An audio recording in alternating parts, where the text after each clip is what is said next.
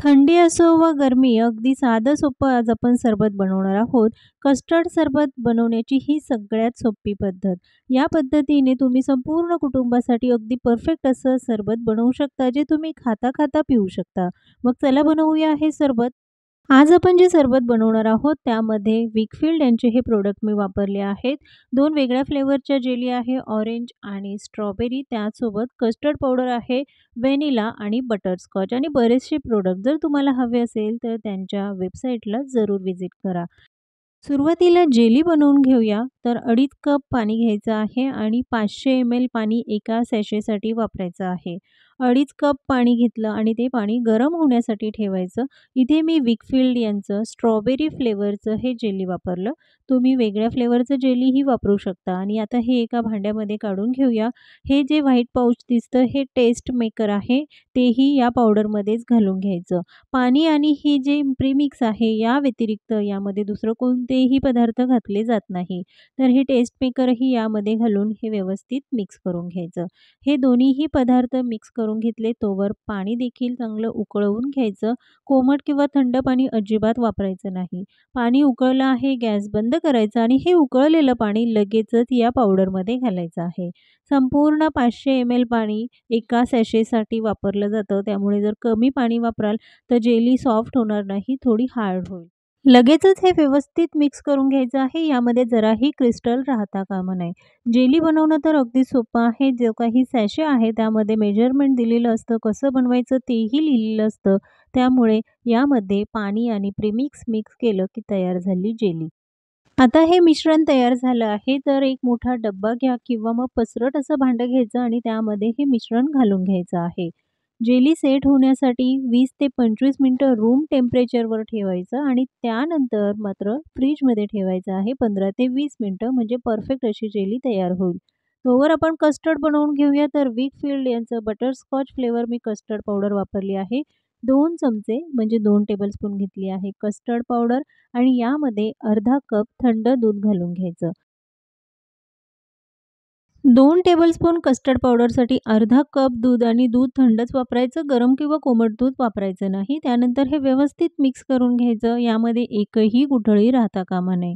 एवढ्या प्रमाणामध्ये 4 ते 5 व्यक्ती हे कस्टर्ड सरबत पिऊ शकता. तुम्हाला किती कमी किंवा जास्त बनवायचं त्यानुसार हे साहित्य घ्या. आता हे व्यवस्थित मिक्स करून घेतलं. त्यानंतर एका मोठ्या भांड्यामध्ये 4 कप दूध घालून घ्यायचं आहे. वजनी प्रमाणात बघाल तर 1 लिटरपेक्षा थोडंसं कमी दूध घेतलं. 4 कप दूध कढईमध्ये घालून घेतलं आहे आणि अर्धा कप दूध आपण कस्टर्ड पावडर मिक्स करण्यासाठी वापरलं.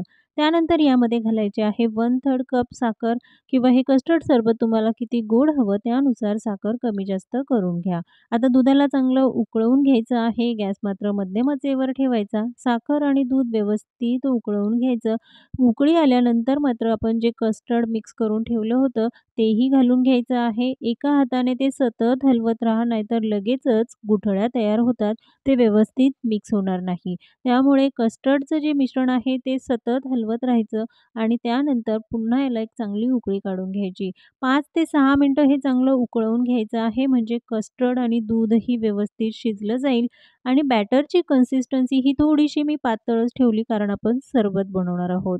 पण जर तुम्हाला घट्ट हवं असेल तर कस्टर्ड पावडर थोडी जास्त घ्या किंवा 4-5 टेबलस्पून कस्टर्ड पावडरही यामध्ये घालू शकता.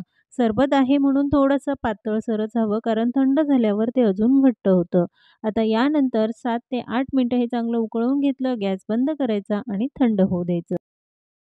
तोपर्यंत जेली देखील अगदी परफेक्ट सेट झाली. लगेचच सुरीने त्याचे पातळ असे काप करून घ्यायचे.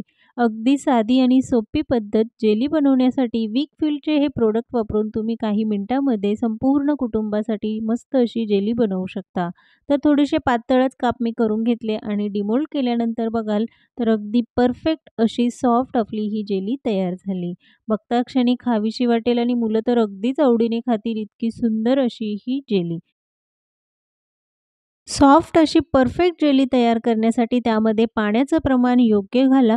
500 ml पाणी एका सॅशेसाठी वापरलं तर अगदी सॉफ्ट ही जेली तयार होते. पाणी जर कमी घालाल तर जेली सॉफ्ट होणार नाही, थोडीशी हार्ड होईल. तोवर जे आपण सरबत बनवलं आहे ते देखील थंड झालं. एका बाउलमध्ये घालून घेऊया आणि मिश्रण बघाल तर पातळसरच आहे, कारण आपण सरबत म्हणून ते सर्व्ह करणार आहोत. यामध्ये 2 चमचे भिजवलेलं सब्जाचं बी घालायचं आहे. 1 चमचा सब्जा बी घेऊन ते 10 मिनिटं पाण्यात भिजत ठेवलं, की असं बी तयार होतं आणि त्यानंतर ते लगेचच सरबतामध्ये घालून घ्यायचं. जेली तयार करून ठेवली होती तीही घालून घ्यायची आणि अगदी परफेक्ट मस्त असं आपलं हे कस्टर्ड सरबत तयार झालं. खा के पियो या पी के खाओ.